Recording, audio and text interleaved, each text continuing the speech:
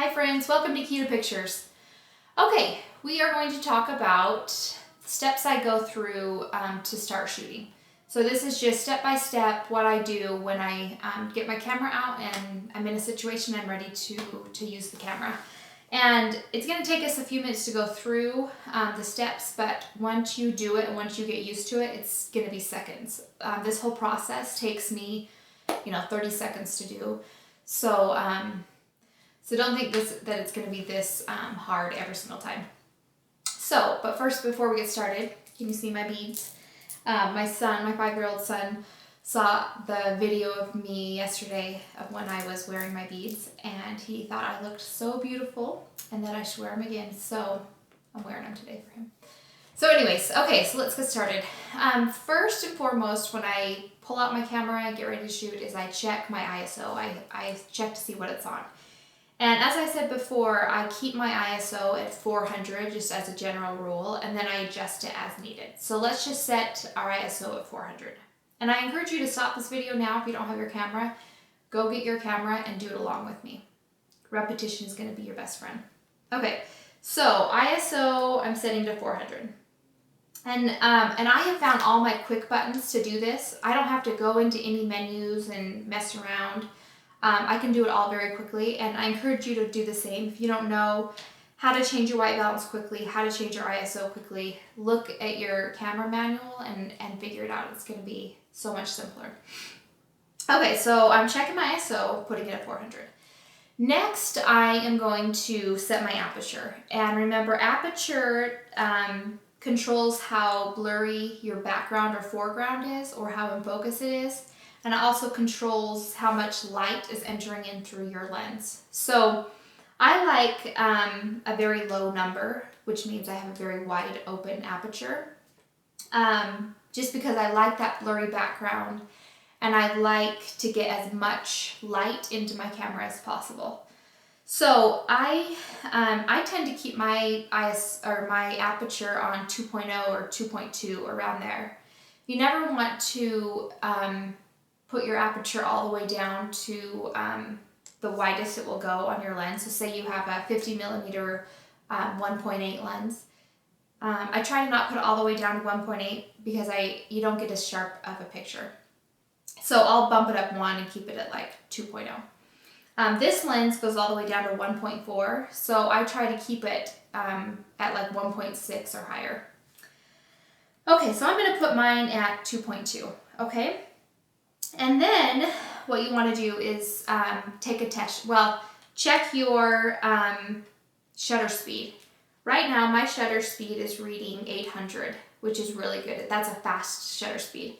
If my shutter speed was lower than 1/25th of a second, it'd say, so if it's lower than 125, I want to do some adjusting because I want to get that shutter speed higher so that you don't get any camera blur or camera shake. So what I would first do is work on my aperture. Can I get my aperture, the number, any lower, which means your lens is open wider, which means a little more light is flooding in. So I would lower my aperture, lower the number on my aperture, or I would increase my ISO. Remember, the more you increase your ISO, the more sensitive your camera is to the light, which is making it so you can have a faster shutter speed, okay? So those two things, either lower your aperture, lower the number, make it more wide open, or increase your ISO so that you can get your shutter speed right. Okay, so the next thing you want to do is check your white balance. And remember, white balance is the color of the light temperature. So if you're inside and you have overhead lights on, then you want to set it to the indoor setting, fluorescent or incandescent lighting.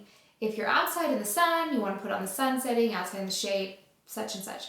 So if you are inside with no lights on, then I would put it on the shade setting.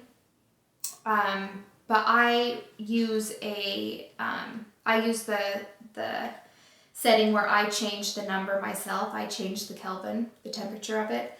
So if you use that too, then when you're inside, you want to, with the overhead lights on, you want that number a little bit lower. If you're outside, then you want that number a little bit higher. But you're going to do a test shot to make sure you have the correct white balance. Okay, so I'm going to check my white balance. It's at 3600. I'm just going to leave it and then adjust it when I take my test shot. Okay, so once you've done those steps, then you want to take a test shot. So let's say I'm taking a picture of you. I'm taking a picture of the camera ahead of me, and you can see, you're going to be able to see my little notes, my script.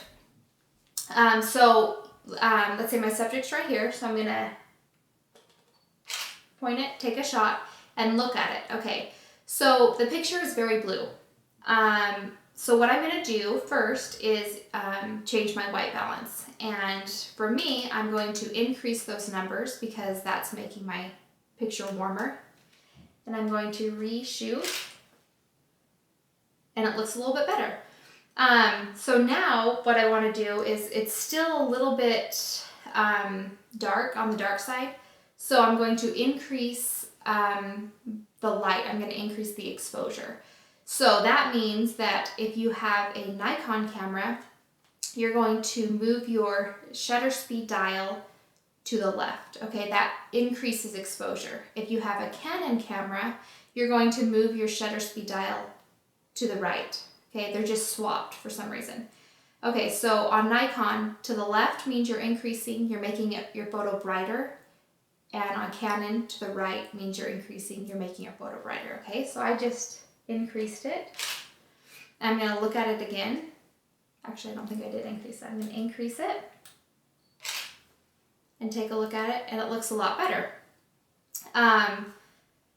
So those are the steps. So basically, you're going through setting your ISO, setting your aperture, checking your shutter speed to make sure it's fast enough, and then take some test shots. And remember, when you take your test shot, you want to check for the white balance to make sure the color is correct, and you want to make sure the exposure looks on. It's not too dark or it's not too bright.